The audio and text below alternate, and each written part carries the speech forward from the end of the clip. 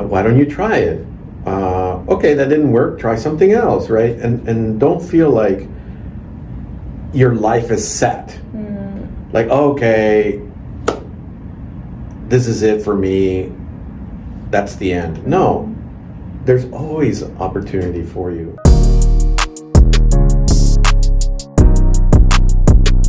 Question. Yeah. So, what is the current challenge? Because it's fifth anniversary, right? As IU. So, what do you think? What is the challenge? What is the milestone in 2025? And then maybe I could help you. Great. Right? I hope so. Yeah. I really appreciate it. I love that word. Let me help you. Yeah. It's about giving back. Yes. There's many of these like motivational videos on YouTube. I love these motivational videos. And one of them, I remember a famous movie star said, each one, teach one. Each one, teach one. That's right. And it reminded me, because I told you earlier, I was in the military. I was in the medical field in the military, so I wasn't anything related to business. but when I was training, I remember a technique we used to have in the hospital. They would say, see one, do one, teach one. See one, do one, and teach one. That's right. So, just simply, you see what others are doing, how their technique is, you listen to them, right? And then you do it, right? Okay, they've taught you how to do it, now you do it. And you display your ability and your skill.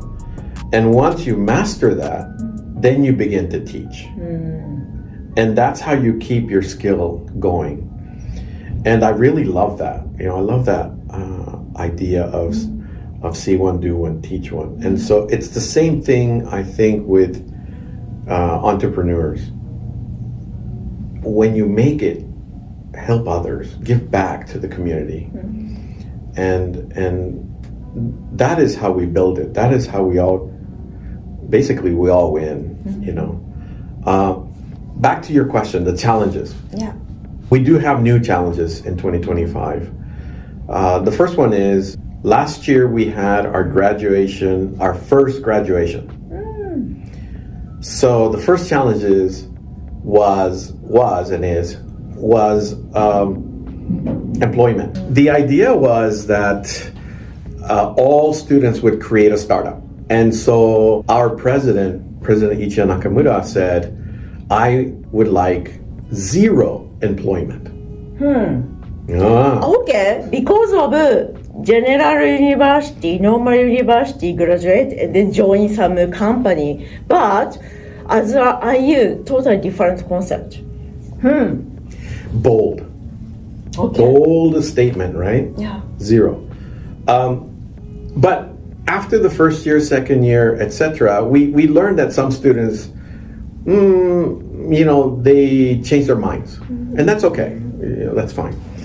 Because if you still learn the entrepreneurial skills, you can still be an intrapreneur inside a company.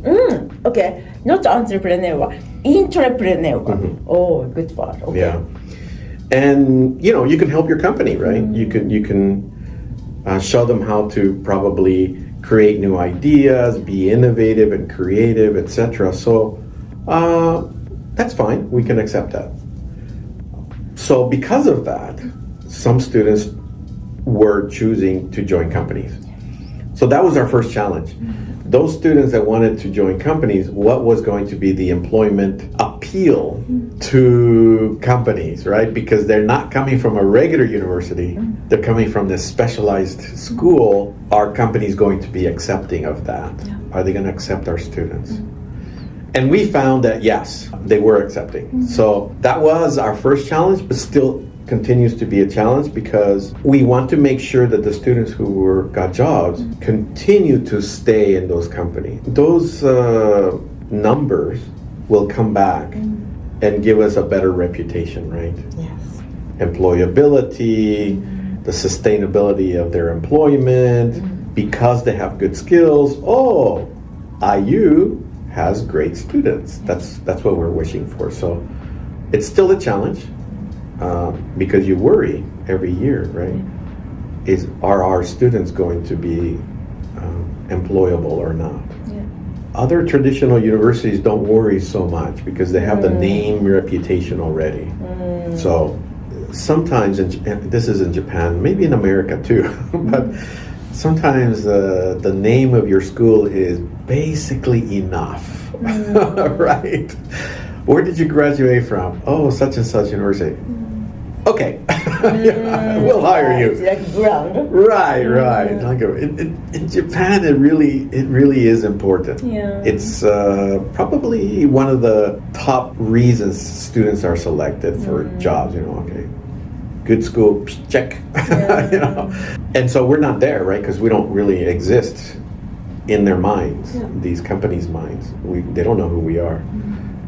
So we're trying to improve that. We're trying to get it better, and we're always worried about it.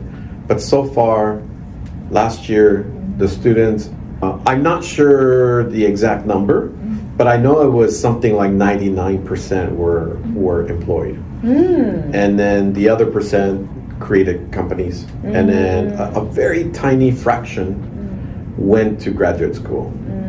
But March 2025, we're having our second graduation. So we're looking forward to good numbers again. So that's still a challenge, right? It's still a challenge. I see. Yeah. I think, and then one more thing, sorry. Being global. Being global. Being okay. global. At the beginning of the university, we had a very, very small number of international students. Very small. Maybe, I don't know, maybe 10. Every year we've increased, but the increase has been very minimal. We want to improve that. So that is a challenge as well. I see. Be more global. So that's another challenge we have. How do we work with the system and at the same time try to be more global and get more students from abroad? So we're thinking different ideas what to do. I see. What to do about that. So basically, student generation age is like main target or.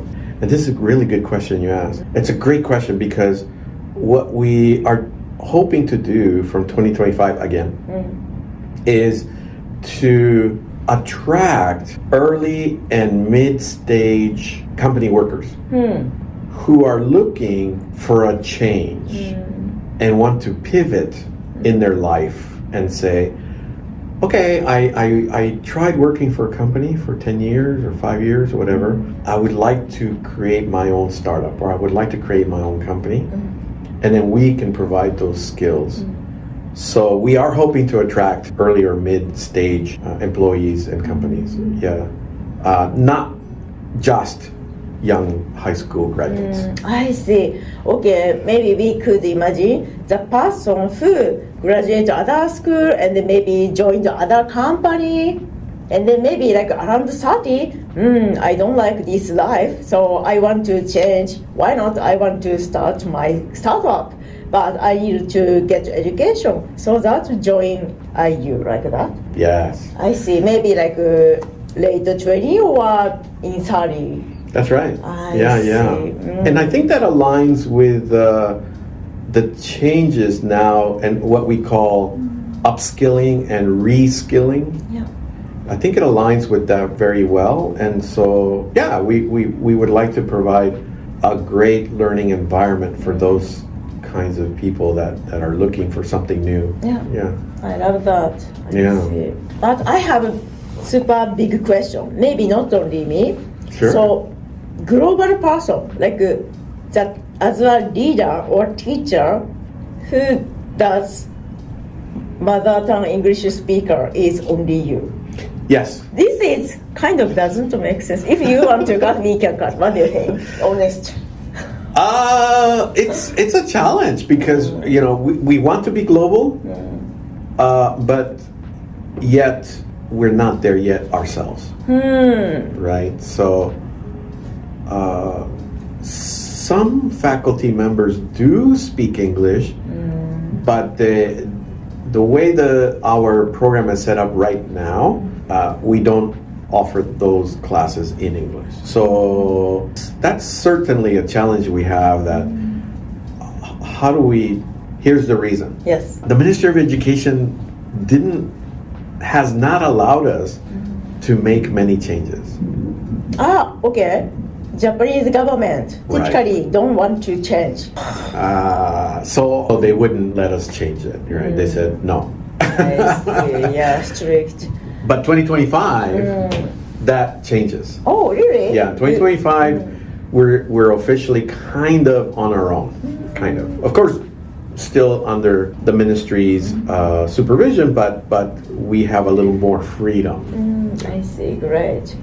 Okay, so conclusion. So my understanding is your next challenge is mainly two. One, okay, so we need to establish more reputation, and then makes trust, makes brand, and then we can attract potential students, and then after that, thanks to this reputation, we could maybe hire new like a global teacher from Silicon Valley or some startup, right?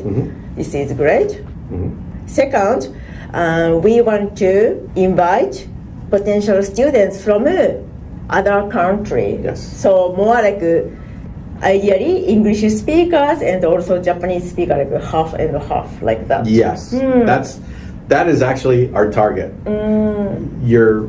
You must be reading my mind. I see. But that is our target, 50-50. Yeah. We would like 50-50 both in gender, male, female, or This is whatnot. great, important. And also 50-50 in representation of a global, kind of a global student body. I see. So, Japanese 50%, 50% non. And then, of course, courses. Yeah, 50% in Japanese, 50% in English. I see. That's definitely something we're working towards. Yeah, this is good because in Western culture, they have always like reskilling culture, right?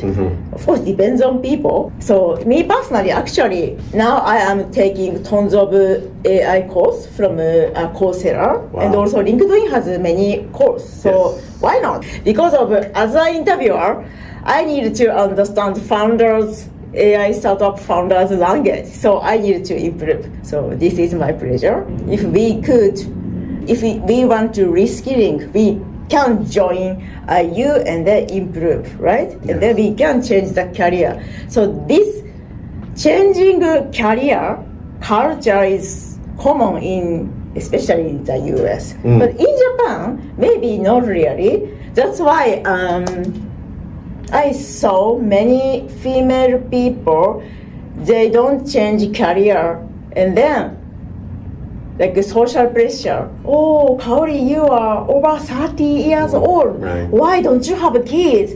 And then quit career, and then cannot make money, or I don't have a specialty of some occupation. Anyway, so I really hope, thanks to you, many female people who want to career change or who want to get technology skill and also entrepreneurial skill, it's great opportunity to change our life better.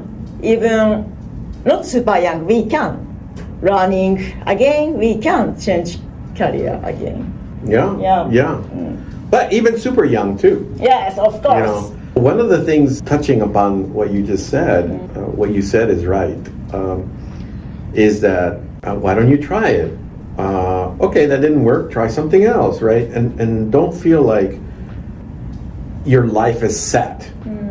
Like, okay, this is it for me, that's the end. No, there's always opportunity for you if it doesn't work out, right? If life doesn't work out. Yeah.